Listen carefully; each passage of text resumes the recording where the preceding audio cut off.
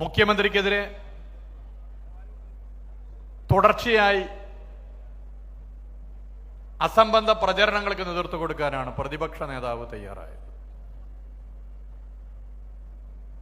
അങ്ങനെ പ്രചരണം നടത്തുന്നതിനനുസരിച്ച് കേരളത്തിന്റെ മുഖ്യമന്ത്രി ശ്രീ പിണറായി വിജയൻ ജനങ്ങൾക്കിടയിൽ കൂടുതൽ കരുത്തുള്ളവനായി മാറുന്നുവെന്നുള്ള ചരിത്ര യാഥാർത്ഥ്യം തിരിച്ചറിയാതെയായിരുന്നു ഈ പ്രചരണം. പിന്നെ നവകേരള സദസ്സിനെ തടസ്സപ്പെടുത്താൻ ആത്മഹത്യാ ശ്രമ മോഡൽ സമരങ്ങൾക്ക് നേതൃത്വം കൊടുത്തു. ഓടുന്ന ബസ്സിന് മുമ്പിൽ ചാടി വീണ് രക്തസാക്ഷികളെ സൃഷ്ടിക്കുക എന്നുള്ള കനകോലുവിന്റെ തെരഞ്ഞെടുപ്പ് ഇവന്റ് മാനേജ്മെന്റ് കനകോലുവിന്റെ ചെവിട്ടിലോതിയ മന്ത്രം നടപ്പിലാക്കാനാണ് പ്രതിപക്ഷ നേതാവ് ശ്രമിച്ചത്. അതും പരാജയപ്പെട്ടു. പിന്നെ ചീമുട്ടയേറായിരുന്നു. ചീമുട്ടയേറും ജനങ്ങൾ എങ്ങനെയാണ് സ്വീകരിച്ചത് എന്നുള്ളത് നമുക്കറിയാം. പിന്നെ ഷൂസേറായി. ഇതൊന്നും നവകേരള സദസ്സിലെ ജനപങ്കാളിത്തത്തെ ബാധിച്ചില്ല. നവംബർ 18 മുതൽ ഇതുവരെ ഞങ്ങൾ പറഞ്ഞതും ഇനി പറയാൻ ഉദ്ദേശിക്കുന്നതുമായ കാര്യം 2.5 വർഷക്കാലം സംസ്ഥാന സർക്കാർ ഈ നാട്ടിൽ നടത്തിയ വികസന പ്രവർത്തനങ്ങൾ, ഇനിയുള്ള 2.5 വർഷക്കാലം നടത്താൻ ഉദ്ദേശിക്കുന്ന പ്രവർത്തനങ്ങൾ, ജനങ്ങളെ നേരിട്ട് കാണുന്നു, ജനങ്ങളെ കേൾക്കുന്നു, ജനങ്ങളോട് പറയുന്നു. ഇന്ത്യയിൽ എന്നല്ല ലോകത്ത് തന്നെ ജനാധിപത്യ സംവിധാനങ്ങൾക്ക് മാതൃകയാകുന്ന ഒരു പ്രവർത്തനമായി നവകേരള സദസ്സ് മാറി. കേരളത്തോട് കേന്ദ്ര സർക്കാർ കാണിക്കുന്ന അവഗണന വലിയ നിലയിൽ കേരളം നവകേരള സദസ്സിലൂടെ ചർച്ച ചെയ്യപ്പെടുന്ന സ്ഥിതിയുണ്ടായി. കേരളത്തിന് അർഹമായത് നൽകാൻ കേന്ദ്ര സർക്കാർ തയ്യാറാകാതിരിക്കുന്നുവെന്ന് മാത്രമല്ല, കേരളത്തെ സാമ്പത്തികമായി കഴുത്ത് ഞെരിച്ച് കൊലപ്പെടുത്തുവാനുള്ള ശ്രമം കേന്ദ്ര സർക്കാർ സ്വീകരിക്കുന്നു എന്നുള്ളത് കേരളം വലിയ നിലയിൽ തിരിച്ചറിയും സ്ഥിതി നവകേരള സദസ്സിലൂടെ ഉണ്ടായി.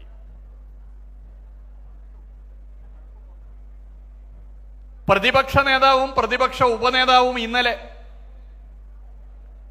മാധ്യമപ്രവർത്തകരുടെ ചോദ്യങ്ങൾക്ക് മുമ്പിൽ ഉത്തരം നൽകിയത് അവസാനം നവംബർ 18 മുമ്പ് പ്രതിപക്ഷ നേതാവ് പറഞ്ഞതുപോലെയല്ല. അതിലൊരു മാറ്റം വന്നു. നവംബർ 18 മുമ്പ് പ്രതിപക്ഷ നേതാവ് കേന്ദ്ര സർക്കാർ കേരളത്തോടെടുക്കുന്ന പകവീട്ടൽ സമീപനത്തെ, അവഗണനയെ, സാമ്പത്തിക ഉപരോധത്തിന് സമാനമായ നിലപാടിനെ എതിർത്ത് പറഞ്ഞിരുന്നില്ല, അത് അംഗീകരിച്ചിരുന്നില്ല. എന്നാൽ ഇന്നലെ പ്രതിപക്ഷ ഉപനേതാവ് ശ്രീ പി കെ കുഞ്ഞാലിക്കുട്ടി മാധ്യമപ്രവർത്തകരോട് ഒരു സ്വകാര്യ ചാനൽ നൽകിയ അഭിമുഖത്തിൽ കേരളത്തോട് കേന്ദ്ര സർക്കാർ എടുക്കുന്ന തെറ്റായ നിലപാട് തുറന്ന് സമ്മതിച്ചു.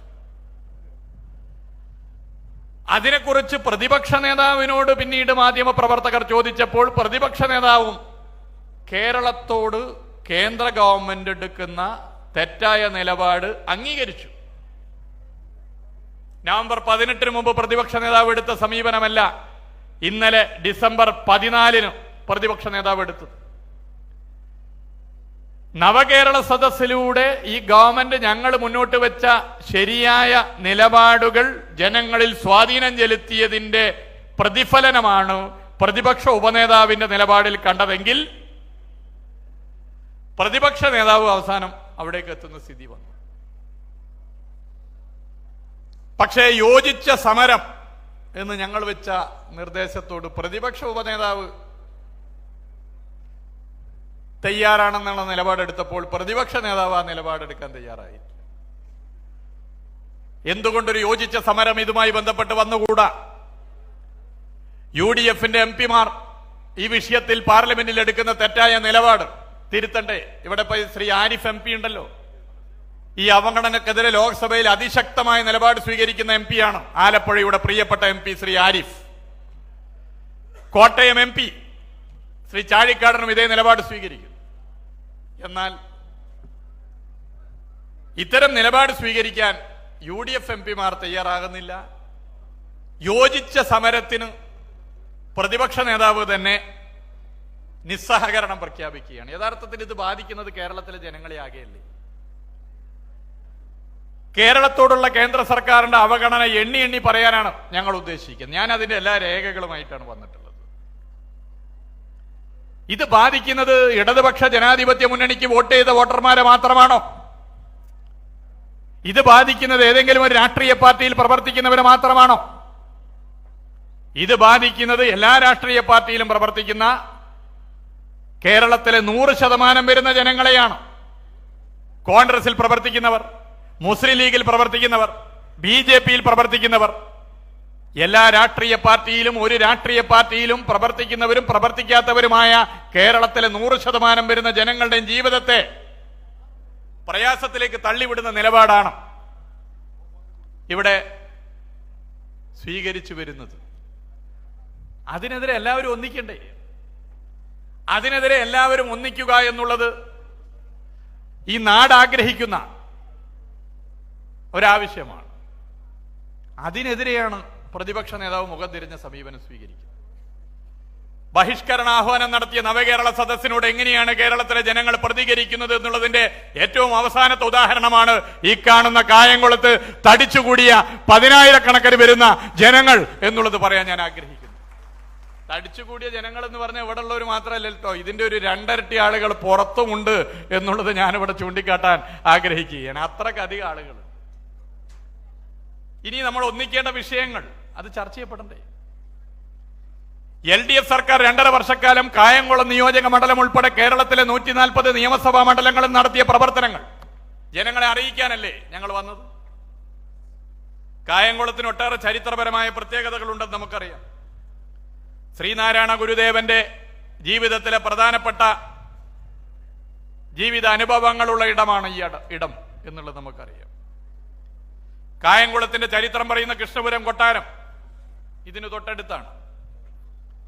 കേരളീയ വാസ്തുവിദ്യയുടെ മികച്ച മാതൃകയായി കൃഷ്ണപുരം കൊട്ടാരത്തെ നമ്മൾ വിലയിരുത്തുമ്പോൾ കായംകുളം എന്ന പ്രദേശം അവിടെ ഉയർന്നു നിൽക്കുകയാണ്. കലക്ക് രാഷ്ട്രീയത്തിൽ നിർണായക പങ്ക് വഹിക്കാൻ വേണ്ടി സാധിക്കുമെന്നുള്ളത് തെളിയിച്ച KPSC, ആ KPSC നാടക സംഘത്തിന്റെ ആസ്ഥാനമായി പ്രവർത്തിച്ച പ്രദേശം ഈ നിയോജക മണ്ഡലത്തിലാണ്. KPSC കേരളത്തിന്റെ രാഷ്ട്രീയ സാമൂഹിക മണ്ഡലങ്ങളിലെല്ലാം വഹിച്ച നിർണായക പങ്ക് ഞാൻ പ്രത്യേകിച്ച് ഇവിടെ പറയണമെന്ന് ആഗ്രഹിക്കുന്നില്ല. അങ്ങനെ ഒട്ടേറെ ചരിത്രപരമായ പ്രത്യേകതകളുള്ള മണ്ണാണിത്. ആ ചരിത്രപരമായ പ്രത്യേകതകളുള്ള ഈ മണ്ണിൽ ഒട്ടേറെ വികസന പ്രവർത്തനങ്ങളാണ് ഈ 7.5 വർഷക്കാലം LDF സർക്കാരിന്റെ ഭരണകാലത്ത് നടപ്പിലായിട്ടുള്ളത്. ഇവിടുത്തെ MLA നല്ല നിലയിൽ വികസന പ്രവർത്തനങ്ങൾക്ക് നേതൃത്വം കൊടുക്കുന്നു. കായംകുളം നിയോജക മണ്ഡലത്തിലെ വികസന പ്രവർത്തനങ്ങളെ കുറിച്ച് പൊതുവെ പരിശോധിക്കുമ്പോൾ ദേശീയപാത 66 പശ്ചാത്തല വികസന മേഖലയിൽ വലിയ മാറ്റത്തിന് കാരണമായ പദ്ധതി, അതിന്റെ പ്രവൃത്തി പുരോഗമിച്ചു കൊണ്ടിരിക്കുമ്പോൾ അതിനെക്കുറിച്ച് പറയാതെ പോകാനാകില്ല. അത് കായംകുളം മണ്ഡലത്തിലും വലിയ മാറ്റങ്ങൾക്ക് കാരണമായതാണ്. 2016 LDF സർക്കാർ വരുമ്പോഴുള്ള സ്ഥിതി NH66 പ്രവൃത്തി നിർത്തലാക്കി national highway authority of India മടങ്ങിപ്പോയി. 2011 മുതൽ 16 വരെ കേരളം ഭരിച്ച UDF സർക്കാരിന്റെ നിസ്സഹകരണമാണ് അതിന്റെ പ്രധാനപ്പെട്ട കാരണം. 2016 ശ്രീ പിണറായി വിജയൻ മുഖ്യമന്ത്രി ആയതിനു ശേഷം പ്രധാനമന്ത്രിയുമായും ബന്ധപ്പെട്ട വകുപ്പ് മന്ത്രിയുമായും ചർച്ച ചെയ്തു. ഭൂമി ഏറ്റെടുക്കലിന് കൂടുതൽ പണം നൽകാൻ വേണ്ടി സാധിക്കാത്ത സ്ഥിതി കേന്ദ്ര സർക്കാർ അറിയിച്ചു. ഇന്ത്യയുടെ ചരിത്രത്തിലാദ്യമായി ഒരു സംസ്ഥാന സർക്കാർ ഭൂമി ഏറ്റെടുക്കലിന്റെ ചെലവ് വഹിക്കാൻ നിശ്ചയിച്ചു. 25%, 5600 കോടി രൂപ. ആലപ്പുഴ ജില്ലയിൽ മാത്രം NH66 സ്ഥലമേറ്റെടുക്കലിന് സംസ്ഥാന സർക്കാർ ചെലവഴിച്ചത് 853 കോടി 40 ലക്ഷം രൂപയാണ്. 2021 ഈ ഗവൺമെന്റ് അധികാരത്തിൽ വന്നു. വിവിധ വകുപ്പുകൾ ഏകോപിപ്പിച്ച് മുഖ്യമന്ത്രി തന്നെ ഇതിന്റെ പ്രവർത്തനം വേഗത്തിലാക്കാൻ നാഷണൽ ഹൈവേ അതോറിറ്റി ഓഫ് ഇന്ത്യയോട് ചേർന്നു. വിവിധ സ്ട്രെച്ചുകളുടെ യോഗം ഇടയ്ക്കിടെ പൊതുമരാമത്ത് വകുപ്പ് തന്നെ നടത്തി. മലയാളിയുടെ ചിരകാല സ്വപ്നമാണ് കാസർഗോഡ് മുതൽ തിരുവനന്തപുരം വരെ 45 മീറ്റർ 6 വരി നാഷണൽ ഹൈവേ. മലയാളിയുടെ ചിരകാല സ്വപ്നം മുടങ്ങിപ്പോകുമെന്ന് കരുതിയ പദ്ധതി പ്രിയപ്പെട്ടവരെ കാസർഗോഡ് മുതൽ തിരുവനന്തപുരം വരെ 45 മീറ്റർ വീതി NH66 2025 പൂർത്തീകരിക്കാനാകും എന്നുള്ള സന്തോഷ വിവരം നിങ്ങളെ അറിയിക്കാൻ ഞാൻ ആഗ്രഹിക്കുന്നു. പലയിടത്തും അതിലും വേഗത്തിൽ അതിന്റെ പ്രവർത്തികൾ പൂർത്തീകരിച്ചു പോകുന്നു. ലെവൽ ക്രോസ് ഇല്ലാത്ത കേരളം പദ്ധതി മാമ്പ്രക്കുന്നേൽ ടെൻഡർ സ്റ്റേജിലേക്ക് നീങ്ങുന്നു. അതിനുവേണ്ടി സംസ്ഥാന സർക്കാർ ചെലവഴിച്ചത് 31,21,00,000 രൂപയാണ് എന്നുള്ള വിവരം ഇവിടെ പ്രത്യേകം അറിയിക്കാൻ ഞാൻ ആഗ്രഹിക്കുകയാണ്. ഈ മണ്ഡലത്തിലെ പാലങ്ങൾ MLA ഇവിടെ സൂചിപ്പിച്ചല്ലോ, ആകർഷകമായ പാലങ്ങളുള്ള മണ്ഡലമാണ്.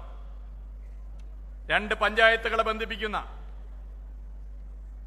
കായംകുളം കായലിന് കുറുകെ 40 കോടി രൂപ ചെലവഴിച്ച് നിർമ്മിച്ച കൂട്ടംവാതുക്കൽ പാലത്തെക്കുറിച്ച് ഇവിടെ പറഞ്ഞു.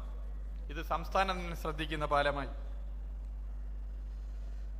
കായംകുളം നിയോജക മണ്ഡലത്തിൽ 14,98,40,000 രൂപയുടെ 4 നിരത്ത് വിഭാഗത്തിൽ മാത്രം നിലവിൽ പ്രവൃത്തി പുരോഗമിക്കുന്നു. കായംകുളം മുനിസിപ്പാലിറ്റിയിലെ വിവിധ റോഡുകൾ, കായംകുളം കാർത്തികപ്പള്ളി റോഡ്, പള്ളിക്കൽ കൃഷ്ണപുരം റോഡ് എന്നീ പ്രവർത്തികളാണ് പുരോഗമിക്കുന്നത്. അതോടൊപ്പം മാർക്കറ്റ് പാലം, കോയിക്കൽ പടിപ്പാലം, കന്നീശക്കടവ് പാലം എന്നിവ യാഥാർത്ഥ്യമാക്കാനുള്ള പ്രവൃത്തി നടക്കുന്നു. കായംകുളം നിയോജക മണ്ഡലത്തിൽ 58,74,60,000 രൂപ മുതൽ മുടക്കിൽ 109 പ്രവർത്തികളാണ് പൊതുമരാമത്ത് വകുപ്പ് പൂർത്തീകരിച്ചിട്ടുള്ളത്. നിരത്ത് വിഭാഗം മാത്രം.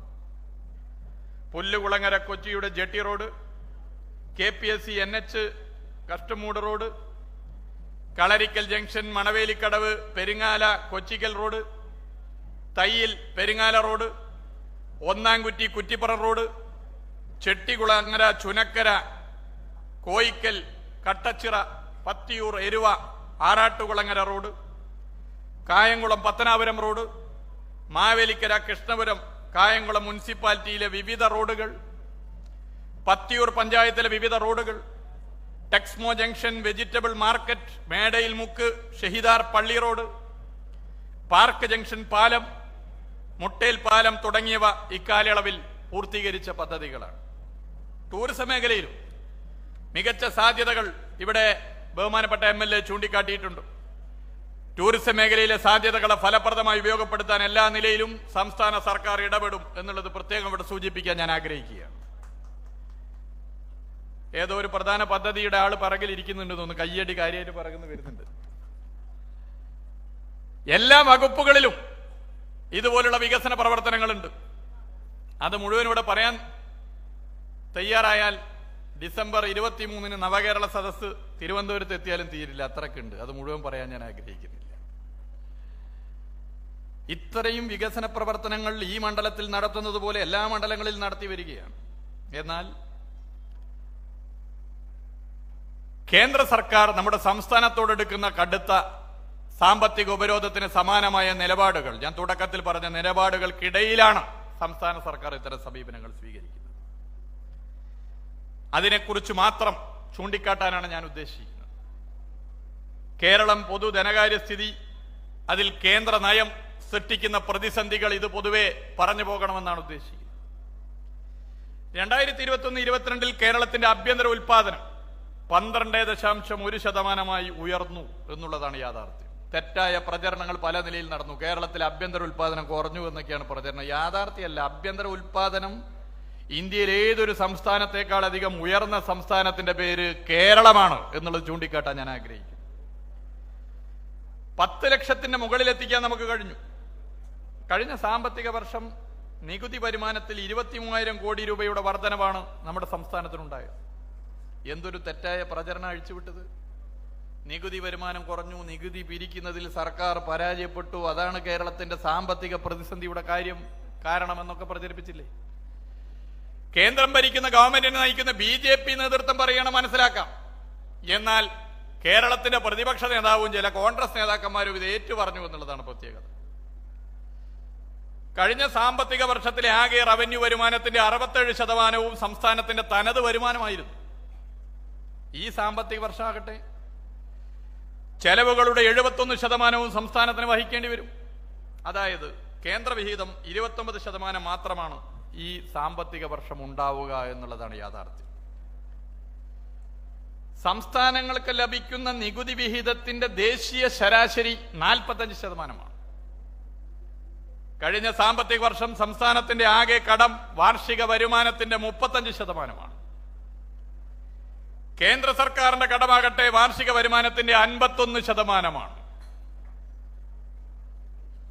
കേരളത്തിന്റെ ആഭ്യന്തര വളർച്ചാ നിരക്ക് 2016 9.6%. അത് കുറഞ്ഞു എന്നല്ലേ ഇവിടെ പ്രചരണം. കഴിഞ്ഞ സാമ്പത്തിക വർഷം അത് 17.6%. ഉയർന്നു, ഇരട്ടിയായി എന്നാണ് വസ്തുത. കേരളത്തിന്റെ തനത് വരുമാനം 26% മാത്രമായിരുന്നു LDF സർക്കാർ വരുമ്പോൾ. ഇപ്പോഴത് 67% മാറിയിരിക്കുകയാണ്. ഇവിടെ നടത്തിയ പ്രചരണം എന്താ? തനത് വരുമാനം കേരളത്തിൽ കുറയുന്നു എന്നുള്ളതല്ലേ? പ്രതിപക്ഷ നേതാവല്ലേ ആ പ്രചരണത്തിന് നേതൃത്വം കൊടുത്തത്? കണക്കുകൾ നിരത്തി ഞങ്ങൾ പറയുന്നു. കേരളത്തിന്റെ ആഭ്യന്തര വരുമാനം, തനത് വരുമാനം വലിയ നിലയിൽ വർദ്ധിച്ചു. 2016 കേരളത്തിന് മൊത്തം ആഭ്യന്തര ഉൽപാദനം ഏകദേശം 5.6 ലക്ഷം കോടിയാണ്. 5.6 ലക്ഷം കോടി രൂപയായിരുന്നു. ഇപ്പോ ഏറ്റവും ഒടുവിലത്തെ കണക്കുകൾ പ്രകാരം അത് 5.6 ലക്ഷം കോടിയിൽ നിന്നും 10.17 ലക്ഷം കോടി രൂപയിലേക്ക് എത്തിയിരിക്കുന്നു. ഏകദേശം ഇരട്ടിയാണ് വർധനവ്. കണക്കുകൾ തെറ്റാണെങ്കിൽ ഞങ്ങളൊരു സംവാദത്തിന് തയ്യാറാണ്. അപ്പോ തെറ്റായ പ്രചരണം കേരളത്തിലെ പ്രതിപക്ഷ നേതാവിന്റെ നേതൃത്വത്തിൽ നമ്മുടെ സംസ്ഥാനത്ത് ബോധപൂർവം നടത്തുകയാണ്. ഇനി പ്രതിശീർഷ വരുമാനം 2016 കേരളത്തിന്റെ പ്രതിശീർഷ വരുമാനം 1.48 ലക്ഷം രൂപയായിരുന്നു. ഇപ്പോൾ അത് കുറയുകയാണ് എന്നല്ലേ പ്രചരണം? പ്രതിശീർഷ വരുമാനം 1.48 ലക്ഷം രൂപയിൽ നിന്നും 2.28 ലക്ഷം രൂപയായി ഉയർന്നു എന്നുള്ളതാണ് കണക്ക്. ഇത് വെറും കണക്കല്ല, ആധികാരികമായിട്ടുള്ള കണക്കാണ്. പ്രതിശീർഷ വരുമാനം ഏറ്റവും അധികം ഉയർന്ന സംസ്ഥാനങ്ങളിൽ മുൻപന്തിയിലാണ് കേരളം. അതും ഞാനിവിടെ ചൂണ്ടിക്കാട്ടാൻ ആഗ്രഹിക്കുന്നു. ഇനി 10ാം ധനകാര്യ കമ്മീഷന്റെ കാലത്ത് 3.89% ഉണ്ടായിരുന്ന സംസ്ഥാന വിഹിതം 15ാം ധനകാര്യ കമ്മീഷന്റെ കാലത്ത് 1.92% കുറക്കുകയാണ് ചെയ്തത്. പകുതി കുറച്ചു. ഇത് മൂലമുണ്ടാവുന്ന നഷ്ടം എത്രയറിയോ? 18,000 കോടി രൂപയുടെ നഷ്ടമാണ്. നമുക്ക് ലഭിക്കേണ്ട അവകാശമാണ് നിഷേധിക്കപ്പെട്ടത്. GST നഷ്ടപരിഹാരം നിർത്തിയത് കൊണ്ട് നമ്മുടെ സംസ്ഥാനത്തിനുണ്ടായ നഷ്ടം 12,000 കോടി രൂപയാണ്. റവന്യൂ കമ്മി ഗ്രാന്റിലെ കുറവ് 8,400 കോടി രൂപയാണ് നമ്മുടെ സംസ്ഥാനത്ത് കേന്ദ്രത്തിന്റെ നിലപാട് കാരണം ഉണ്ടായത്. വായ്പാനുമതി നിഷേധിച്ചത് മൂലം കുറവുണ്ടായത് 19,600 കോടി രൂപയാണ്. അങ്ങനെ 57,000 കോടി രൂപയിലധികം വരുമാനത്തിൽ നമ്മുടെ സംസ്ഥാനത്തിന് കേന്ദ്രത്തിന്റെ തെറ്റായ നിലപാട് കാരണം കുറവുണ്ടായി. ഇതുകൂടാതെ മറ്റു പല മേഖലകളിലും കേന്ദ്രം നൽകേണ്ട പണം നൽകാതെ കുടിശ്ശികയായി വെച്ചു. UGC നിരക്കിൽ ശമ്പള പരിഷ്കരണത്തിന് 750 കോടി രൂപയാണ് കേരളത്തിന് തരേണ്ടത്. നെല്ല് സംഭരണം വലിയ നിലയിൽ നമ്മൾ ചർച്ച ചെയ്യപ്പെട്ട പ്രശ്നമാണ്. നെല്ല് സംഭരണത്തിൽ കേരളത്തിലെ കർഷകരുടെ കഴുത്ത് ഞെരിച്ച് കൊലപ്പെടുത്താൻ വേണ്ടിയുള്ള ശ്രമത്തിന്റെ ഭാഗമായി കേന്ദ്ര സർക്കാർ കേരളത്തിന് നൽകേണ്ടിയിരുന്ന 792 കോടി രൂപ ഇപ്പൊ കുടിശ്ശികയാണ്. എവിടെയെങ്കിലും ചർച്ച ചെയ്യുന്നുണ്ടോ? പ്രതിപക്ഷ നേതാവും ചില കോൺഗ്രസ് നേതാക്കന്മാരും ഇത് ഉന്നയിക്കുന്നുണ്ടോ? ഭക്ഷ്യമന്ത്രി ഇവിടെ കാര്യങ്ങൾ പറഞ്ഞല്ലോ. ഭക്ഷ്യസുരക്ഷാ നിയമം നടപ്പാക്കിയതിൽ കേന്ദ്രം കേരളത്തിന് കുടിശ്ശികയായി നൽകാത്തത് 61 കോടി രൂപയാണ്. ഉച്ചഭക്ഷണ പദ്ധതി അവിടെയും വെറുതെ വിട്ടോ? കുട്ടികൾക്ക് ഉച്ചഭക്ഷണം നല്ല നിലയിൽ നൽകുന്ന ഒരു സംസ്ഥാനമാണ് കേരളം. മറ്റ് സംസ്ഥാനങ്ങളിൽ നിന്ന് ഇവിടെ വന്ന് ഇതിനെക്കുറിച്ച് പഠിച്ച് കാര്യങ്ങൾ മനസ്സിലാക്കുന്നു. LDF സർക്കാർ രാഷ്ട്രീയമായി എടുക്കുന്ന തെറ്റായ നിലപാടിൽ പകപോക്കൽ സമീപനത്തിന്റെ ഭാഗമായി ഉച്ചഭക്ഷണത്തിന് കുട്ടികൾക്ക് നൽകേണ്ട തുകയിൽ 54 കോടി രൂപ പകവീട്ടലിന്റെ ഭാഗമായി നൽകാൻ BJP ഗവൺമെന്റ് തയ്യാറായില്ല. കുട്ടിയെ കൊടുക്കേണ്ട ഉച്ചക്കഞ്ഞിയിൽ, ഉച്ചഭക്ഷണത്തിൽ പണം നൽകാത്ത മനസ്സ് കേന്ദ്ര സർക്കാരിന്റെ വരുന്ന 54 കോടി LDF സർക്കാർ ആയതുകൊണ്ട് നൽകില്ല എന്ന നിലപാടെടുക്കുന്നു. തദ്ദേശ സ്വയംഭരണ സ്ഥാപനങ്ങൾക്കുള്ള ഗ്രാന്റ് ഇനത്തിൽ 52 കോടി രൂപയാണ് നഗര തദ്ദേശ സ്വയംഭരണ സ്ഥാപനങ്ങൾക്ക് കുടിശ്ശികയായി കേന്ദ്ര സർക്കാർ നൽകാനുള്ളത്. ഹെൽത്ത് ഗ്രാന്റ് ഇനത്തിൽ 137 കോടി രൂപയാണ് കേന്ദ്ര ഗവൺമെന്റ് നൽകേണ്ടത്. ഇങ്ങനെ എല്ലാ നിലയിലും നമ്മളെ കഴുത്ത് ഞെരിച്ച് കൊലപ്പെടുത്തുവാനുള്ള ശ്രമമാണ് നടത്തുന്നത്. നമ്മുടെ സംസ്ഥാന ഗവൺമെന്റ് ആണെങ്കിൽ എല്ലാ നിലയിലും ബദൽ ഉയർത്തിപ്പിടിച്ചുകൊണ്ട് മുന്നോട്ട് പോകുന്നു. പൊതുമേഖലാ സ്ഥാപനങ്ങൾ കേരളത്തിൽ എങ്ങനെയാണ് കേന്ദ്ര സർക്കാർ വിൽപ്പനയ്ക്ക് വെച്ച ഹിന്ദുസ്ഥാൻ ന്യൂസ് പ്രിന്റ് ഫാക്ടറി സംസ്ഥാന ഗവൺമെന്റ് ലേലത്തിൽ പങ്കെടുത്ത് വിലക്ക് വാങ്ങി Kerala paper products limited KPPL എന്ന പേരിൽ വിജയകരമായി കോട്ടയം വെള്ളൂരിൽ ഇപ്പോൾ നടത്തി വരുന്നത് നമുക്കറിയാം. ഞാൻ ഓർക്കുന്നു, കുറെ വർഷങ്ങൾക്ക് മുമ്പ് ഒരു യുവജന സംഘടനയുടെ സമരത്തിന്റെ ഭാഗമായി അവിടെ ആ സമരത്ത് പങ്കെടുക്കാൻ പോയപ്പോൾ അന്നത് പ്രധാന വിഷയമായിരുന്നു. കേരളത്തിലെ വ്യവസായ വകുപ്പിന് കീഴിൽ 26 പൊതുമേഖലാ സ്ഥാപനങ്ങൾ ഇപ്പോ പ്രവർത്തന ലാഭത്തിലായി. വലിയ വർധനവ് ഇതിന്റെ ഭാഗമായി ഉണ്ടായി. 3892 കോടി 13 ലക്ഷം രൂപയുടെ വിറ്റുവരവ് ഇതിന്റെ ഭാഗമായിട്ടുണ്ടായി. തൊഴിലുറപ്പ് പദ്ധതി, ഇവിടെ ഒരുപാട് പേരുണ്ടല്ലോ. കേന്ദ്ര സർക്കാരിന്റെ സമീപനം എന്താണ്? പൊതുമിനിമം പരിപാടിക്ക് ഇടതുപക്ഷം പിന്തുണ കൊടുത്ത് ഇടതുപക്ഷം മുന്നോട്ട് വെച്ച കാഴ്ചപ്പാടാണ് തൊഴിലുറപ്പ് പദ്ധതി. UPA സർക്കാർ എന്ന് ആരംഭിക്കാൻ കാരണം ഇടതുപക്ഷം പൊതുമിനിമം പരിപാടിയിൽ തൊഴിലുറപ്പ് പദ്ധതി പ്രത്യേകം ചൂണ്ടിക്കാട്ടിയത് കൊണ്ടാണ്. അത് അട്ടിമറിക്കാനല്ലേ കേന്ദ്ര സർക്കാർ ഇപ്പൊ ശ്രമിക്കുന്നത്.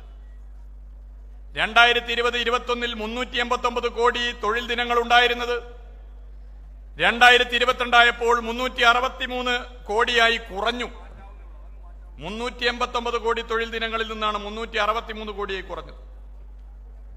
പദ്ധതിക്കായുള്ള കേന്ദ്ര ബഡ്ജറ്റ് വിഹിതത്തിലും വലിയ തോതിലുള്ള കുറവുണ്ടായി. 2020-21 1,12,000 കോടി രൂപയായിരുന്നു തൊഴിലുറപ്പ് പദ്ധതിക്കായി വിനിയോഗിച്ചതെങ്കിൽ 2023-24 ഏകദേശം അത് പകുതിയായി 60,000 കോടി രൂപയായി വെട്ടിക്കുറച്ചു.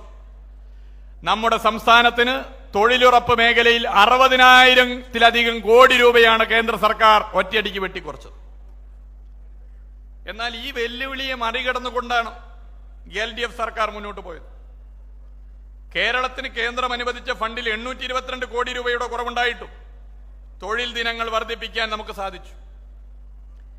2021 10 കോടി 23 ലക്ഷം തൊഴിൽ ദിനങ്ങൾ ഉണ്ടായിരുന്നതെങ്കിൽ 2022 അത് 10.59 കോടി തൊഴിൽ ദിനങ്ങളായി നമ്മുടെ സംസ്ഥാനത്ത് വർദ്ധിച്ചു. ദേശീയതലത്തിൽ തൊഴിലുറപ്പ് പദ്ധതി പ്രകാരം ഒരു കുടുംബത്തിന് ശരാശരി 50 തൊഴിൽ ദിനങ്ങൾ മാത്രം ലഭിച്ചപ്പോൾ കേരളത്തിൽ 64 തൊഴിൽ ദിനങ്ങൾ ലഭിച്ചു. 100 ദിവസം തൊഴിൽ ലഭിച്ച കുടുംബങ്ങളുടെ ശരാശരി ദേശീയതലത്തിൽ 8% കേരളത്തിൽ അതിന്റെ 4 ഇരട്ടിയാണ്, 31%. പട്ടികവർഗ കുടുംബങ്ങളുടെ തൊഴിൽ ദിനങ്ങളുടെ ദേശീയ ശരാശരി 57% കേരളത്തിൻ്റെത് 86%. സംസ്ഥാന ഖജനാവിൽ നിന്നും പണം വിനിയോഗിച്ച് പട്ടികവർഗ കുടുംബങ്ങൾക്ക് 100-ലധികം തൊഴിൽ ദിനങ്ങൾ ഉറപ്പാക്കുന്ന ഇന്ത്യയിലെ ഏക സംസ്ഥാനത്തിന്റെ പേര് കേരളമാണെന്ന് സന്തോഷത്തോടു കൂടി പറയാൻ ഞാൻ ആഗ്രഹിക്കുകയാണ്. തൊഴിലുറപ്പ് പദ്ധതിയുമായി ബന്ധപ്പെട്ട് ക്ഷേമനിധിക്ക് ആദ്യം തുടക്കം കുറിച്ച സംസ്ഥാനം കേരളമാണ്. ഇങ്ങനെ വലിയ മാറ്റങ്ങൾ തൊഴിൽ മേഖലയിൽ കൊണ്ടുവരാൻ ഈ സർക്കാർ തയ്യാറായി. കാർഷിക മേഖല, നവ ഉദാരവൽക്കരണ നയം കാർഷിക മേഖലയിൽ നടപ്പിലാക്കാൻ തുടക്കം കുറിച്ചത് കോൺഗ്രസ് ആണ്. ഇപ്പൊ BJP നയം പിന്തുടരുന്നു.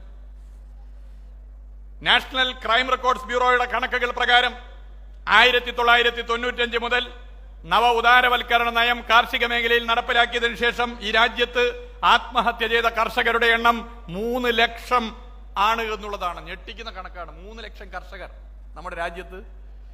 കോൺഗ്രസ് തുടങ്ങി BJP പിന്തുടരുന്ന ഒരു നയം കാരണം കാർഷിക മേഖലയിൽ നിവർത്തിയില്ലാതെ ആത്മഹത്യ ചെയ്യുന്നു. BJP ഇത് കൂടുതൽ തീവ്രമായി നമ്മുടെ നാട്ടിൽ നടപ്പിലാക്കുന്നു. സംസ്ഥാനത്ത് അതിന് ബദൽ നിലപാടുകൾ സ്വീകരിച്ചുകൊണ്ട് സംസ്ഥാന സർക്കാർ മുന്നോട്ട് പോകുന്നു.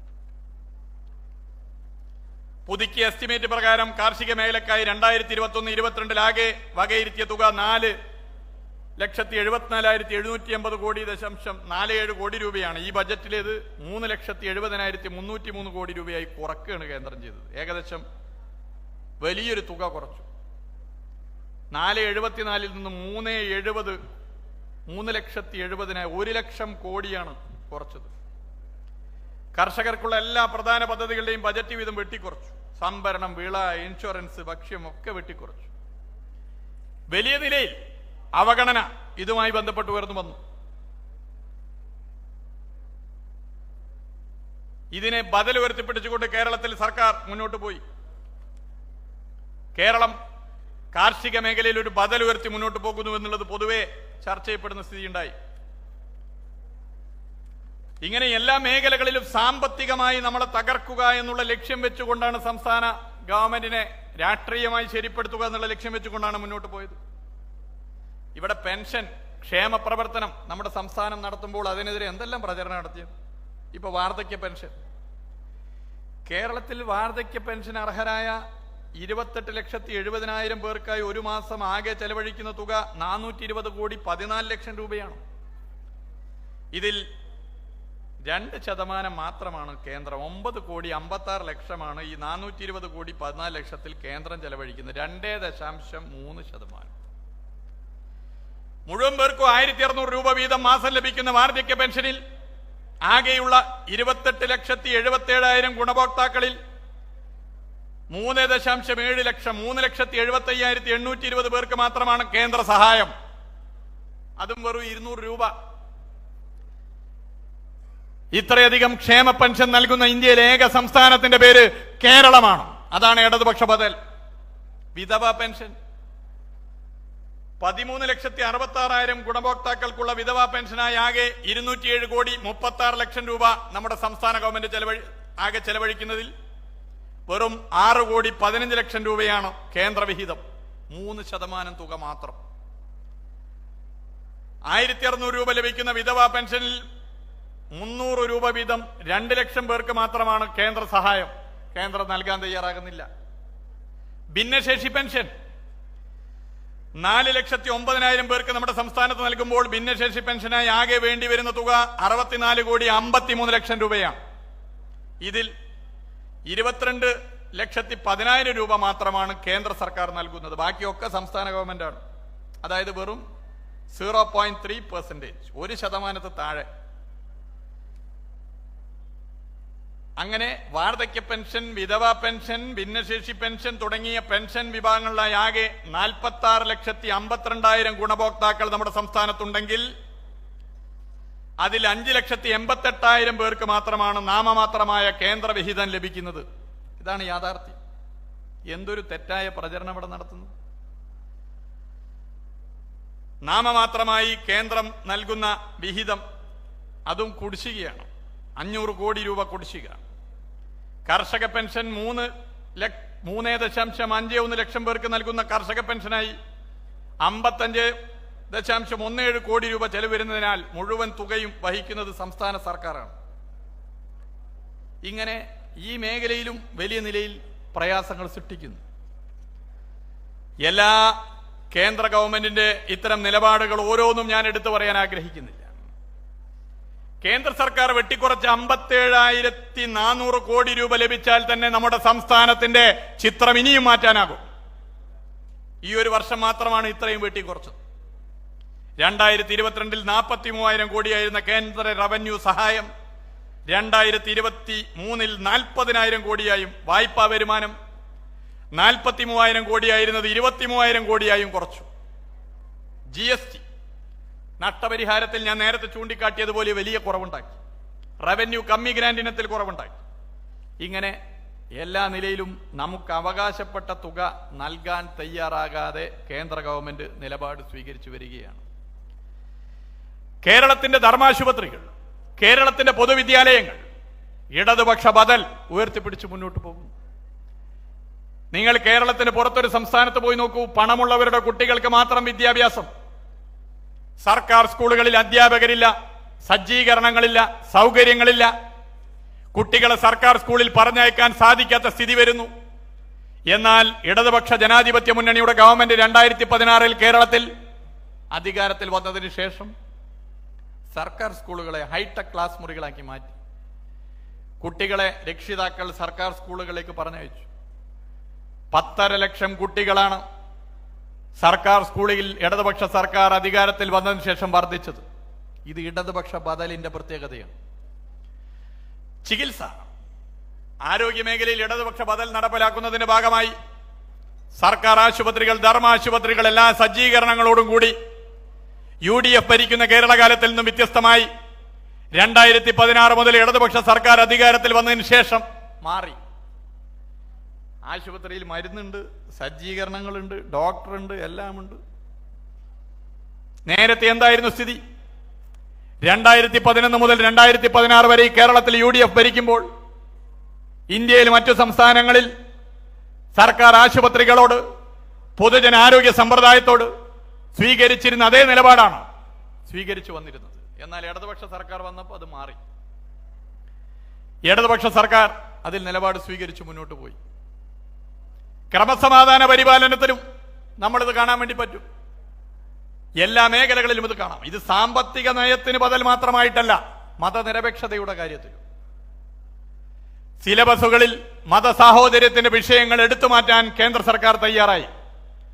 NCERT പാഠപുസ്തകങ്ങളിൽ നിന്നും മഹാത്മാഗാന്ധിയുടെ വാദം എടുത്തു മാറ്റാൻ തീരുമാനമെടുത്തു. മൗലാന അബ്ദുൽ കലാം ആസാദിനെ കുറിച്ച് പഠിക്കേണ്ടതില്ല എന്നുള്ള തീരുമാനം കൈക്കൊണ്ടു. ചാൾസ് ഡാർവിന്റെ പരിണാമ സിദ്ധാന്തം പഠിപ്പിക്കേണ്ടതില്ല എന്ന തീരുമാനം കൈക്കൊണ്ടു. എന്തുകൊണ്ട് ഗാന്ധിവധം പഠിക്കേണ്ടതില്ല എന്നുള്ള തീരുമാനം കൈക്കൊണ്ടു എന്നുള്ളത് ഞാൻ പ്രത്യേകിച്ച് പറഞ്ഞു തരേണ്ടതില്ല. കേന്ദ്ര സർക്കാരിനെ നിയന്ത്രിക്കുന്ന RSS എന്ന് പറയുന്ന സംഘടന നാഥുറാം ഗോഡ്സെ എന്ന പേര് കുട്ടികൾ അറിയേണ്ടതില്ല എന്ന നിലപാട് എടുക്കുമെന്നുള്ളത് സ്വാഭാവികമാണ്. മൗലാന അബ്ദുൽ കലാം ആസാദ് നമ്മുടെ രാജ്യത്തിന്റെ ആദ്യത്തെ വിദ്യാഭ്യാസ മന്ത്രി മാത്രമല്ല, തികഞ്ഞ മതനിരപേക്ഷവാദിയാണ്. ദ്വിരാഷ്ട്രവാദത്തെ എതിർത്തിരുന്നു. ജിന്നയുടെ പാകിസ്ഥാൻ വാദത്തെയും ഹിന്ദു രാഷ്ട്രവാദത്തെയും ശക്തിയുക്തം എതിർത്ത രാഷ്ട്രീയ നേതാവ് കൂടിയായിരുന്നു മൗലാന. കുതബ് മിനാറിന്റെ മുകളിൽ നിന്നും മാലാക വന്ന് ഹിന്ദു മുസ്ലിം ക്രൈസ്തവ സാഹോദര്യം തകർന്ന് ഒരു സ്വാതന്ത്ര്യം നിനക്ക് നൽകാൻ തയ്യാറാണ് എന്ന് പറഞ്ഞാൽ ആ സ്വാതന്ത്ര്യം എനിക്ക് വേണ്ടതില്ല, മതസാഹോദര്യം തകരുന്ന ഒരു സ്വാതന്ത്ര്യത്തിന് നിലനിൽപ്പില്ല എന്ന പ്രഖ്യാപനം നടത്തിയ വ്യക്തിയാണ് മൗലാന അബ്ദുൽ കലാം ആസാദ്.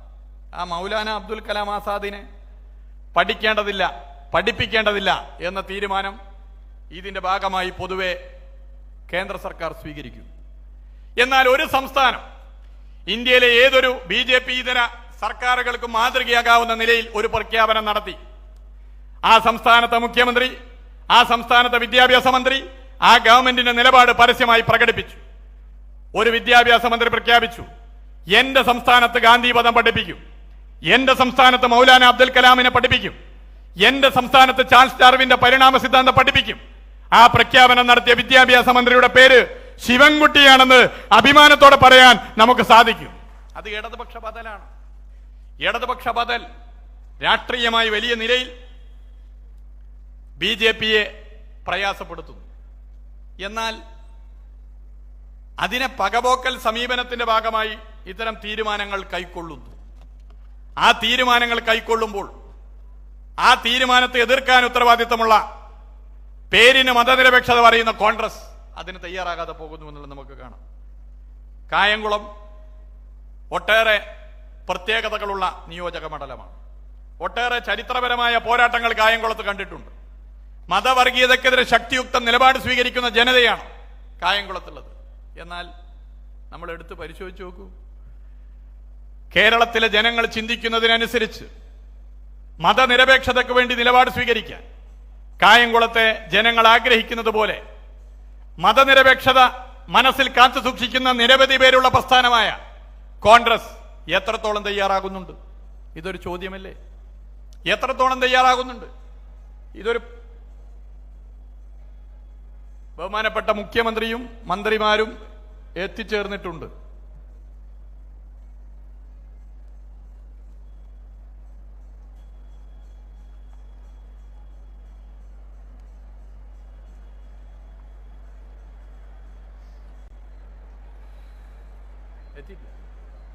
എത്തുന്നേ ഉള്ളൂ. ഞാൻ വിചാരിച്ച ഒച്ച കേട്ടപ്പോ. അപ്പൊ പൊതുവേ നമ്മൾ പരിശോധിച്ചു കഴിഞ്ഞാൽ അത് കാണാൻ വേണ്ടി സാധിക്കും. അധികം വൈകാതെ തന്നെ എത്തും. പൊതുവേ നമ്മൾ പരിശോധിച്ചാൽ അത് കാണാൻ വേണ്ടി സാധിക്കും. കേരളത്തിന്റെ ഓരോ മേഖലയിലും ഇടതുപക്ഷ സർക്കാർ ബദൽ ഉയർത്തിപ്പിടിച്ച് മുന്നോട്ട് പോകും. ഇപ്പൊ ടൂറിസം മേഖല എടുത്ത് പരിശോധിച്ചാൽ 2021 മെയ് 20 ഈ സർക്കാർ അധികാരത്തിൽ വരുമ്പോൾ കേരളത്തിന്റെ ടൂറിസം മേഖല കോവിഡിന്റെ രൂക്ഷതയുടെ ഘട്ടത്തിൽ വെന്റിലേറ്ററിലായിരുന്നു. ഗവൺമെന്റ് പൊതുവെ ഞങ്ങൾ ചർച്ച ചെയ്തു. ആഭ്യന്തര സഞ്ചാരികളുടെ എണ്ണം വർദ്ധിപ്പിക്കാൻ എന്തൊക്കെ ചെയ്യാനാകും അതൊക്കെ ചെയ്യുക എന്ന് ലക്ഷ്യം വെച്ചു. ആഭ്യന്തര സഞ്ചാരികളുടെ എണ്ണം വർദ്ധിപ്പിക്കാൻ പുതിയ പുതിയ പദ്ധതികൾ നമ്മുടെ സംസ്ഥാനത്ത് നടപ്പിലാക്കി മുന്നോട്ട് പോയി. ലോകപ്രസിദ്ധമായ ന്യൂയോർക്ക് ടൈംസ് ലോകത്ത് കണ്ടിരിക്കേണ്ട 52 ടൂറിസ്റ്റ് കേന്ദ്രങ്ങളെ കഴിഞ്ഞ വർഷം തെരഞ്ഞെടുത്തു. ആ 52 ടൂറിസ്റ്റ് കേന്ദ്രങ്ങളിൽ ഇന്ത്യയിൽ ഒരു പ്രദേശമാണ് പ്രിയപ്പെട്ടവരെ പട്ടികയിൽ ഇടം കണ്ടെത്തിയത്. ആ പ്രദേശം നമ്മുടെ കേരളമാണ് എന്നുള്ളത് സന്തോഷത്തോടു കൂടി പറയാൻ ഞാൻ ആഗ്രഹിക്കുകയാണ്.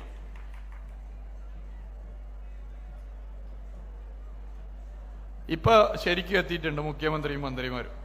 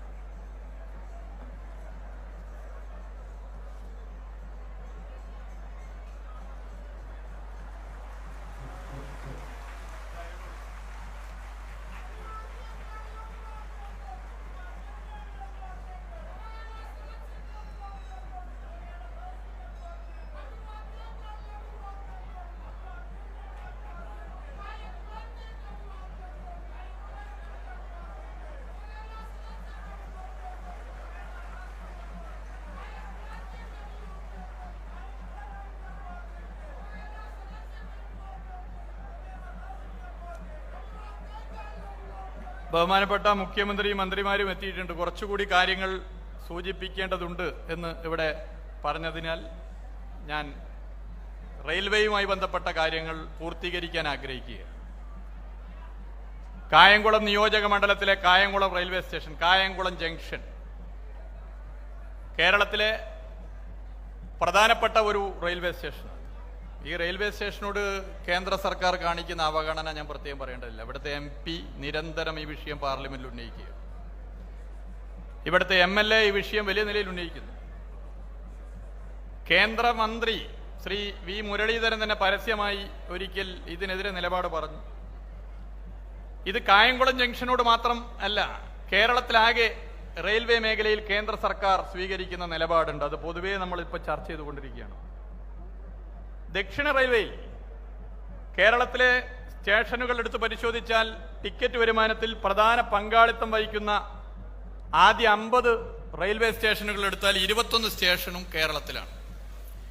ദക്ഷിണ കേരളത്തിലാണ്, ദക്ഷിണേന്ത്യയിലാണ് ഞാൻ പറയുന്നത്. എന്നിട്ടും കേരളത്തിന് അർഹമായ കേരളത്തിന്റെ അവകാശം റെയിൽവേ മേഖലയിൽ ലഭിക്കുന്നുണ്ടോ? ഇപ്പൊ വന്ദേ ഭാരത് വന്നു, അതിന്റെ ഭാഗമായിട്ടുള്ള കാര്യങ്ങളൊക്കെ നമുക്കറിയാം. ഒരു പുതിയ ട്രെയിൻ അനുവദിച്ചത് നല്ലത് തന്നെ, പക്ഷെ അത് കുറെ നേരത്തെ കിട്ടേണ്ടതായിരുന്നു എന്നുള്ളൊരു യാഥാർത്ഥ്യമല്ലേ? 14ാമത്തെ വന്ദേ ഭാരത് ആണോ കേരളത്തിൽ ലഭിക്കേണ്ടിയിരുന്നത്? നേരത്തെ കിട്ടേണ്ടതായിരുന്നു. ട്രെയിൻ കിട്ടിയത് നല്ല കാര്യം, പക്ഷെ അതിലും വിവേചനം കാട്ടി. ഇപ്പോൾ അതിൽ ഏറ്റവും അധികം കലക്ഷൻ ഇന്ത്യൻ റെയിൽവേക്ക് ലഭിക്കുന്നത് കേരളത്തിൽ നിന്നാണ്. കേരളത്തിൽ പൊതുവെ റെയിൽവേക്ക് ലഭിക്കുന്ന വരുമാനത്തിനനുസരിച്ച് നമ്മുടെ റെയിൽവേ മേഖലയെ കേന്ദ്ര ഗവൺമെന്റ് പരിഗണിക്കുന്നുണ്ടോ? തിരുവനന്തപുരത്ത് നിന്ന് കാസർഗോഡ് വരെ 626 വളവുകൾ നികത്തേണ്ടതുണ്ട്. ട്രെയിനിന്റെ വേഗത വർദ്ധിപ്പിക്കാൻ അതാണ് നല്ലത്. കേരളയിൽ ചർച്ച നടന്ന ഘട്ടത്തിൽ മലയാളി ഇത് മനസ്സിലാക്കിയതാണ്. ആ 626 വളവുകൾ നികത്തുന്നതിനേക്കാൾ സാമ്പത്തികമായ ലാഭവും സൗകര്യവും എളുപ്പവും കേരളയിൽ സിൽവർ ലൈനാണ് എന്ന് പഠനത്തിലൂടെ പലരും അന്ന് ചർച്ചയിൽ ഉയർത്തിയതാണ്. എന്നാൽ ഈ 626 വളവുകൾ നികത്താൻ കേരളത്തോട് കടുത്ത അവഗണന ഞാൻ നേരത്തെ ചൂണ്ടിക്കാട്ടിയ മറ്റു മേഖലകളിൽ കാണിക്കുന്നത് പോലെ റെയിൽവേ മേഖലയിലും കാണിക്കുമ്പോൾ അതിന് കേന്ദ്ര സർക്കാർ തയ്യാറാകാതിരിക്കുന്നു. ഇതിനെതിരെ കേരളത്തിലെ UDF MP-മാർ മിണ്ടുന്നുണ്ടോ? വേഗത്തിലോടാനുള്ള പാളങ്ങൾ ഒരുക്കാൻ ഒരു പദ്ധതിയും ഇതുവരെയും കേരളത്തിന് ലഭിച്ചിട്ടില്ല എന്നുള്ള കാര്യത്തിൽ ഒരു ജോയിന്റ് ആക്ഷൻ എന്തുകൊണ്ട് UDF MP-മാർ കേരളത്തിലെ പ്രതിപക്ഷ നേതാവ് തയ്യാറാകുന്നില്ല? നമുക്ക് വാഗ്ദാനം ചെയ്യപ്പെട്ട കോച്ച് ഫാക്ടറി, ആ കോച്ച് ഫാക്ടറി ഇപ്പോ എന്തായി? അത് നിഷേധിക്കപ്പെടുന്നു. കേരളത്തിനൊരു റെയിൽവേ സോൺ വളരെ ന്യായമായ ആവശ്യമാണ്.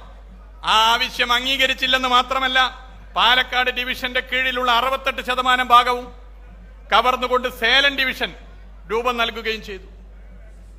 ഓട്ടോമാറ്റിക് സിഗ്നൽ സിസ്റ്റം, പാതകളുടെ ആധുനികവൽക്കരണം തുടങ്ങിയ എല്ലാ മേഖലയിലും കേരളത്തോട് കടുത്ത അവഗണനയാണ് കേന്ദ്ര സർക്കാർ കാണിച്ചുകൊണ്ടിരിക്കുന്നത്.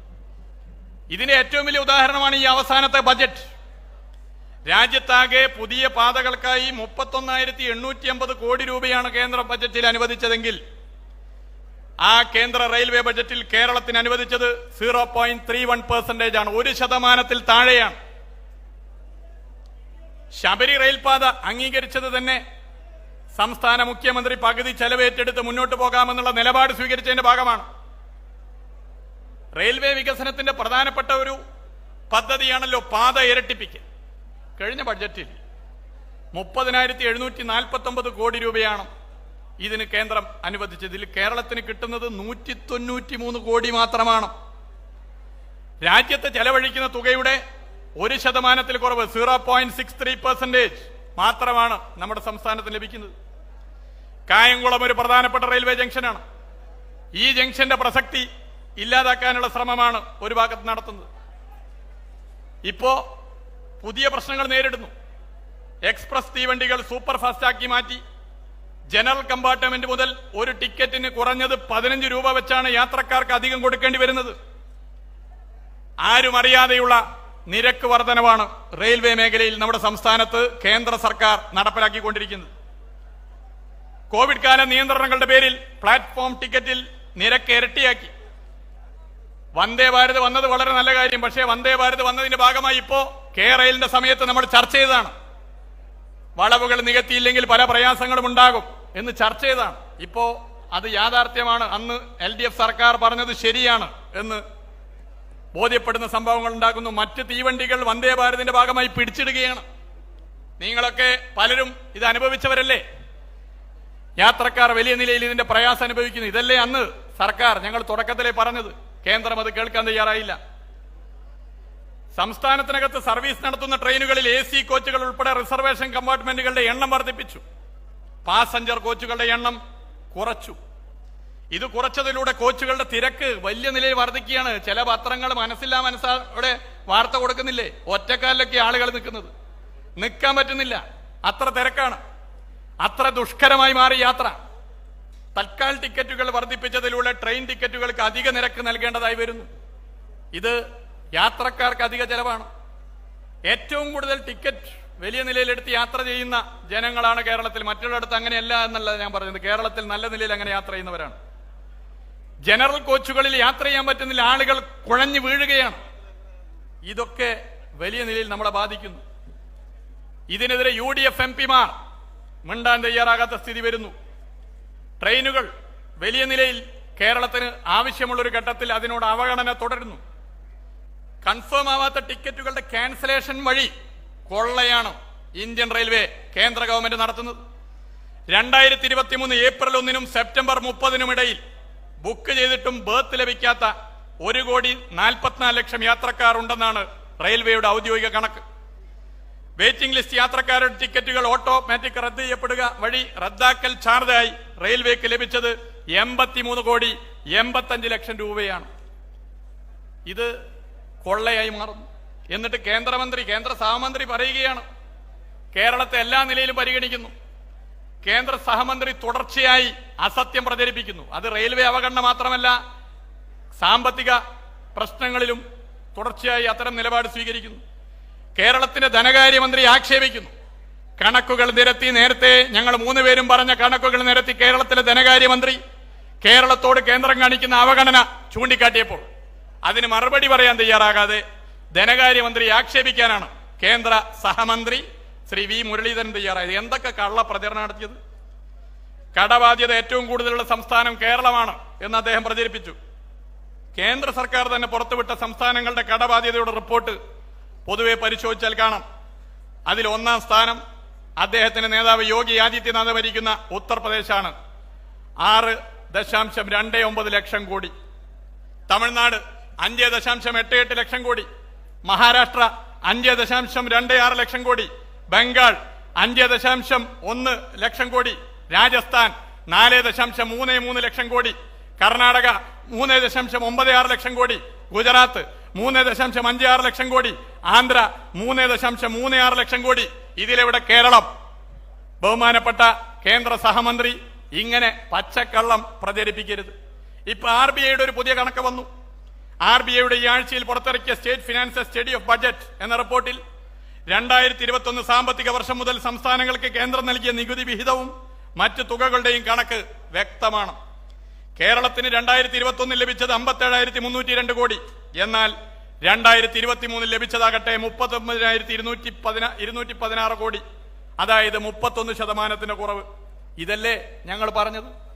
എന്നാൽ ഇതിനെതിരെ കേന്ദ്ര സഹമന്ത്രി പറയും ഇങ്ങനെ ഒരു അവസ്ഥ നമ്മുടെ സംസ്ഥാനത്തുണ്ട്. ഇവിടുത്തെ മലയാളിയായി, ഇവിടെ ജനിച്ച്, ഇവിടെ കളിച്ച് വളർന്ന് കേന്ദ്രമന്ത്രിയായി ഇതൊക്കെ നല്ല കാര്യം. അദ്ദേഹം എടുക്കുന്ന പണി എന്താ? നമ്മുടെ വികസന പ്രവർത്തനത്തെ മുടക്കുകയാണ്. കേരളത്തിന്റെ വികസന പ്രവർത്തനത്തിൽ എന്തെങ്കിലും ഒരു പോസിറ്റീവായ കാര്യം ശ്രീ വി മുരളീധരൻ പറഞ്ഞിട്ടുണ്ടോ? കേരള സംസ്ഥാന വികസന മുരടിപ്പ് വകുപ്പ് എന്നൊരു പുതിയ വകുപ്പ് ഇപ്പോ കേന്ദ്രത്തിൽ നൽകി. ആ വകുപ്പിന്റെ മന്ത്രിയാണോ മുരളീധരൻ എന്ന് തോന്നുന്ന നിലയിലാണ് കാര്യങ്ങൾ പോകുന്നത്. എന്താണ് അദ്ദേഹത്തിന്റെ പ്രചരണം? കേരള സംസ്ഥാന വികസന മുടക്ക് വകുപ്പ് മന്ത്രിയായി വി മുരളീധരൻ മാറിക്കൊണ്ട് കേരളം എന്തോ ജന്മി കുടിയാൻ പോലെ കേന്ദ്രവും കേരളവും എന്നുള്ള ബന്ധം എന്ന് തോന്നുന്ന നിലയിലാണ് ശ്രീ വി മുരളീധരൻ ഉൾപ്പെടെയുള്ള BJP നേതാക്കന്മാരുടെ പ്രസ്താവന. ഭരണഘടനയുമായി ബന്ധപ്പെട്ടുകൊണ്ടാണ് സംസ്ഥാന കേന്ദ്ര ബന്ധം. ഞാനതിപ്പോ സമയക്കുറവ് മൂലം വിശദീകരിക്കേണ്ട, അതിലേക്കൊന്നും ഞാൻ പോകുന്നില്ല. പക്ഷേ ശ്രീ വി മുരളീധരൻ ഉൾപ്പെടെ മനസ്സിലാക്കേണ്ടത് കേന്ദ്രവും സംസ്ഥാനവും തമ്മിലുള്ള ബന്ധം ജന്മി കുടിയാൻ ബന്ധമല്ല. എന്നാൽ ജന്മി കുടിയാൻ ബന്ധമുള്ള ഈ നാട്ടിൽ എങ്ങനെയാണ് ജന്മിത്വത്തെ തകർത്തുകൊണ്ട് ഉജ്ജ്വലമായ പോരാട്ടവുമായി മുന്നോട്ട് ഈ സംസ്ഥാനം പോയത് എന്ന് ശ്രീ വി മുരളീധരന്മാർ മനസ്സിലാക്കുന്നത് നല്ലതാണ്. അങ്ങനെ ഒരു ചരിത്രം കേരളത്തിനുണ്ട്. ആ ചരിത്രം കേരളത്തോട് കേരളം എടുക്കുന്ന രാഷ്ട്രീയ നിലപാട്, സാമ്പത്തിക മേഖലയിൽ മഹാഭൂരിപക്ഷം വരുന്ന സാധാരണ ജനവിഭാഗങ്ങൾക്ക് വേണ്ടി മതനിരപേക്ഷത മുറുകെ പിടിക്കാൻ കേരള സംസ്ഥാനത്തെ സർക്കാർ എടുക്കുന്ന നിലപാടിൽ ഇടതുപക്ഷ ബദലിൽ വിറളിവുണ്ട്. വൈരനിരാധന ബുദ്ധിയോടുകൂടി ഈ സംസ്ഥാനത്തെ പകവിട്ടാൻ ശ്രമം നടത്തുമ്പോൾ ശ്രീ വി മുരളീധരനും BJPയും ഇത്തരമൊരു നിലപാട് സ്വീകരിക്കുന്നത് മനസ്സിലാക്കാം. എന്നാൽ കേരളത്തിന്റെ പ്രതിപക്ഷ നേതാവും ചില കോൺഗ്രസ് നേതാക്കന്മാരും അതിനോട് ചേരുന്നു എന്നുള്ളത് ഗൗരവമേറിയ പ്രശ്നമാണ്. ഞാൻ അവസാനിപ്പിക്കുന്നു, തുടങ്ങിയെടുത്ത് വെച്ച് അവസാനിപ്പിക്കുന്നു. ഇന്നലെ പ്രതിപക്ഷ നേതാവും പ്രതിപക്ഷ ഉപനേതാവും കേന്ദ്ര സർക്കാരിന്റെ അവഗണന കേരളത്തെ കഴുത്ത് ഞെരിച്ച് കൊലപ്പെടുത്താനുള്ള ശ്രമം സമ്മതിച്ചിരിക്കുന്നു. പ്രതിപക്ഷ നേതാവ് രാവിലെ നടത്തിയ പത്രസമ്മേളനത്തിൽ പത്രക്കാരുടെ ചോദ്യങ്ങൾക്ക് മറുപടിയായി അദ്ദേഹം അത് അംഗീകരിച്ചു. പ്രതിപക്ഷ ഉപനേതാവ് ഒരു സ്വകാര്യ ചാനൽ നൽകിയ അഭിമുഖത്തിൽ തുറന്നു പറഞ്ഞു കേരളത്തെ കഴുത്ത് ഞെരിച്ച് കൊലപ്പെടുത്താൻ കേന്ദ്രം ശ്രമിക്കുന്നുണ്ട്. എന്നാൽ സമരങ്ങളുടെ കാര്യത്തിലാണ് രണ്ടുപേർക്കും വ്യത്യസ്ത അഭിപ്രായം. യോജിച്ച സമരമാകാം എന്ന് പ്രതിപക്ഷ ഉപനേതാവ് പറഞ്ഞു, യോജിച്ച സമരം പറ്റില്ല എന്ന് പ്രതിപക്ഷ നേതാവ് പറയുന്നു. നവംബർ 18 മുമ്പ് നവകേരള സദസ് ആരംഭിക്കുന്നതിന് മുമ്പ് കേരളത്തെ കഴുത്ത് ഞെരിച്ച് കൊലപ്പെടുത്താൻ കേന്ദ്ര സർക്കാർ ശ്രമിക്കുന്നുവെന്നുള്ള വാദത്തോട് യോജിക്കാത്ത പ്രതിപക്ഷ നേതാവ് ഇന്നലെ ഡിസംബർ 14 ആ വാദം അംഗീകരിക്കണമെങ്കിൽ അതാണ് നവകേരള സദസ് ഉയർത്തിയ രാഷ്ട്രീയത്തിന്റെ ശക്തി എന്നുള്ളത് ചൂണ്ടിക്കാട്ടാൻ ഞാൻ ആഗ്രഹിക്കുകയാണ്. ഇത് നാടിനു വേണ്ടിയുള്ള പോരാട്ടമാണ്. ഈ നാട്ടിലെ 100% വരുന്ന ജനങ്ങൾ, LDFന് വോട്ട് ചെയ്തവർ, LDFന് വോട്ട് ചെയ്യാത്തവർ, എല്ലാ രാഷ്ട്രീയ പാർട്ടികളിലും പ്രവർത്തിക്കുന്നവർ, ഒരു രാഷ്ട്രീയ പാർട്ടിയിലും പ്രവർത്തിക്കാത്തവരായ 100% വരുന്ന മലയാളിയുടെ ജീവൽ പ്രശ്നമാണ് നവകേരള സദസ്സിലൂടെ ഞങ്ങൾ ഉയർത്തിപ്പിടിക്കുന്നത്. അത് തിരിച്ചറിഞ്ഞുകൊണ്ട് ഉജ്ജ്വലമായ ചരിത്രപരമായ പോരാട്ടങ്ങളുടെ പാരമ്പര്യമുള്ള കായംകുളം ആ പോരാട്ടത്തെ തിരിച്ചറിഞ്ഞുകൊണ്ട് ഇവിടെ ഇരിക്കുന്നവരുടെ എത്രയോ ഇരട്ടിയിലധികം ആളുകൾ പുറത്തുണ്ട്, അതുതന്നെ ഈ മുദ്രാവാക്യത്തിനുള്ള പിന്തുണയാണ് എന്ന് തിരിച്ചറിഞ്ഞുകൊണ്ട് ഈ പിന്തുണ തീർച്ചയായും ഈ പോരാട്ടം കൂടുതൽ കരുത്തോടുകൂടി മുന്നോട്ട് കൊണ്ടുപോകുവാനുള്ള ശക്തി ഞങ്ങൾക്ക് പകരും എന്ന് ബോധ്യപ്പെട്ടതിന്റെ ഭാഗമായി നിങ്ങളെല്ലാവരെയും അഭിവാദ്യം ചെയ്യുന്നു. നന്ദി, നമസ്കാരം.